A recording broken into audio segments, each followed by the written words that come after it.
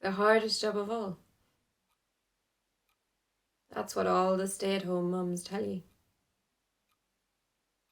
A thankless, payless festival of tears, grazed knees and bum whipping. It's quite hard, don't get me wrong. It's tiring looking after kids. And expensive. And annoying. But mostly it's boring. Deadly boring. I personally find that after 6 months of maternity leave, I couldn't wait to get back to work and spend time with actual adults. No more Barney the bloody dinosaur. Or pretending I wanted to play crappy board games. I could talk about politics, telly, even the sodden weather. It was great to feel like an adult again. I did love the kids, though. They're annoying, but I love them. There was something very sweet about the way they loved me unconditionally. Even when I was angry and unreasonable with them. Even when I just shouted and shouted at them just for being children. That never made me feel very good about myself. It's not okay to be crap to kids. Which is an ironic statement considering what I've done.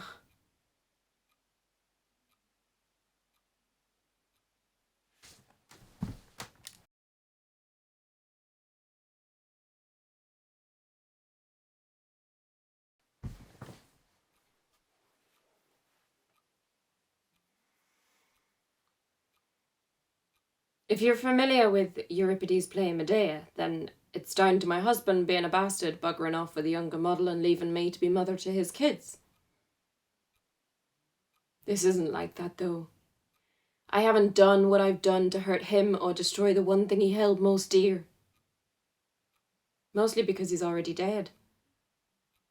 Nothing spectacular, just a heart attack in his sleep, I think. Admittedly, he was quite young. But he smoked and drank and worked too hard. It's not uncommon. Was a bit of a shock, though, waking up and finding yourself next to a corpse. I actually knew he was dead before I even opened my eyes. I brushed against his arm and it felt cold. Too cold. I just lay there, hoping I'd touch something else, or he got out of bed and replaced himself with a joint of meat from the fridge.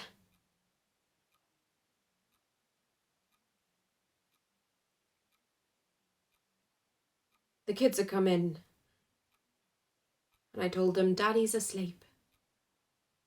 They did their usual irritating bed bouncing, then went off to the TV.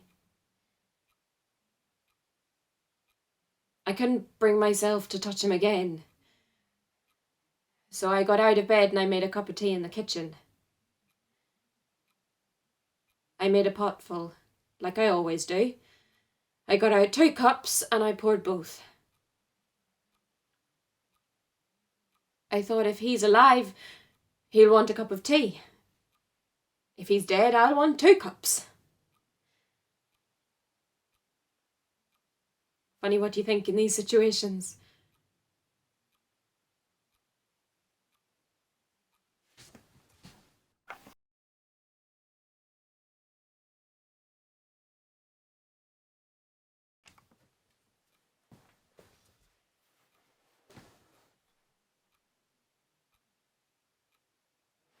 When I entered the room again, I realised I hadn't actually looked at him yet. His eyes were closed, but he was pale. I've been told before that dead people really do look dead.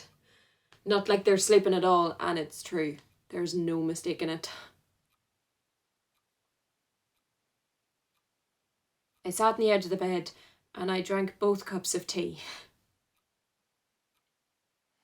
I had to touch him sometime, I knew, so I went for the armpit in the end.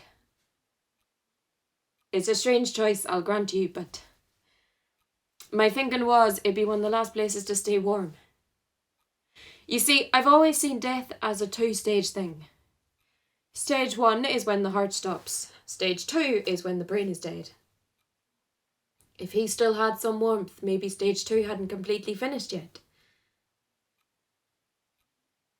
It's a weird thing to want to check, but it's what I wanted to know.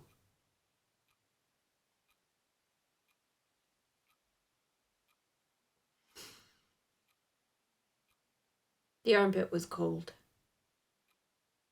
All signs of life had gone.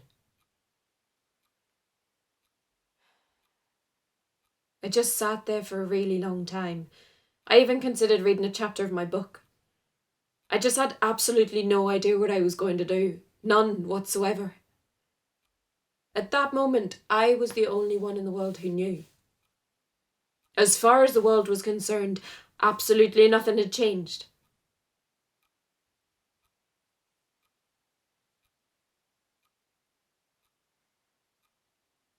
It was Saturday, so no one had rung to speak to him yet.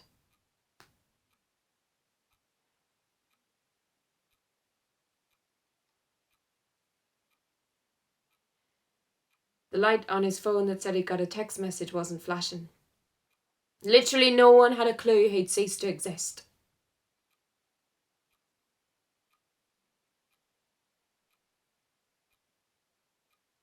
So I decided to keep it that way. At least for me. I decided I couldn't deal with the shocked faces, the he's in a better place analogies, the popping round to see if I was okay. I just wasn't doing it.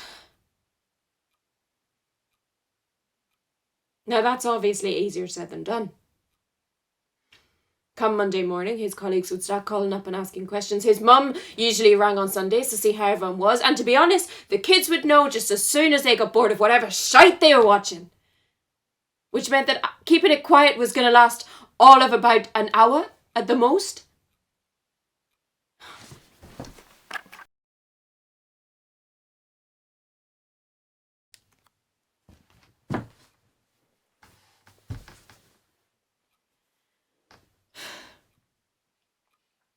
So,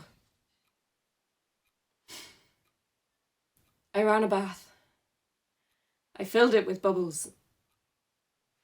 And I got out all the kids' toys. We don't usually bathe them on Saturday mornings, but I've always been pretty poor at keeping a set schedule on these things, so they didn't ask any questions.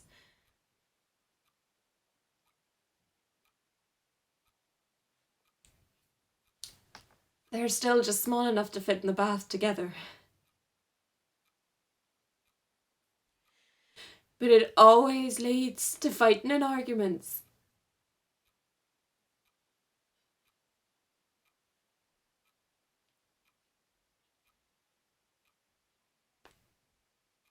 So I washed the hair. And I sat and watched them as they played. The eldest one thinks it's really funny to make a beard out of bubbles. And the youngest one always laughs when he does this.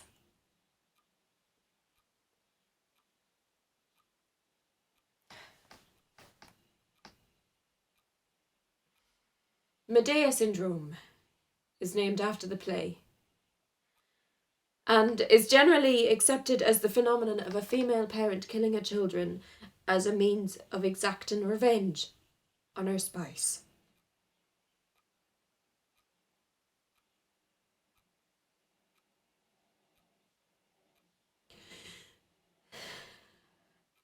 I didn't kill mine for revenge, though.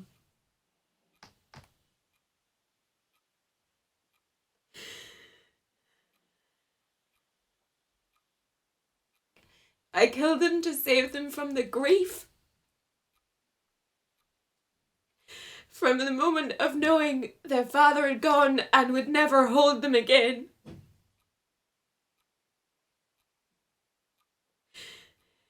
I killed them to protect their childhood's innocence so they'd never grow up and see the cruelty of the world.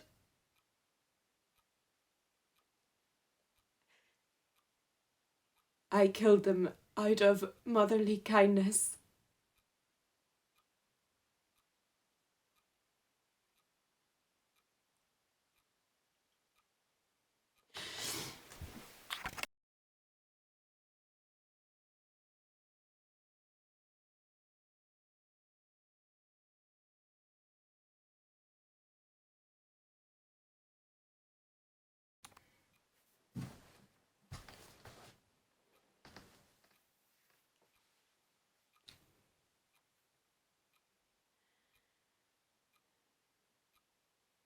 There's a poem by Seamus Heaney, the Nobel Prize winning poet, called The Early Purges. In it, he describes watching kittens being drowned when he was 6 years old. I remember a line that goes, "Sure, isn't it better for them now?" For a moment of terror, they get an eternity of peace.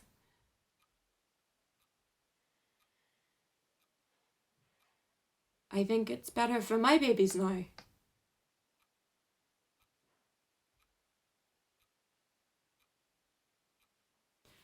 They were harder to hold down than kittens,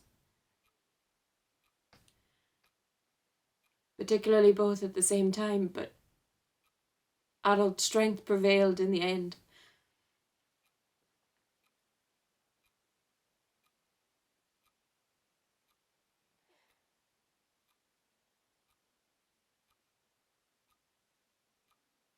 The house feels quiet. The kids are still in the bath. My husband's still in bed. I've set up a rope in the hallway. I was just tidying up before I use it.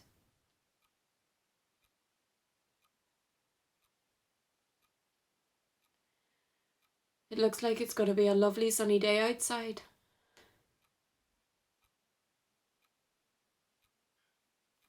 Perfect for a walk and a picnic.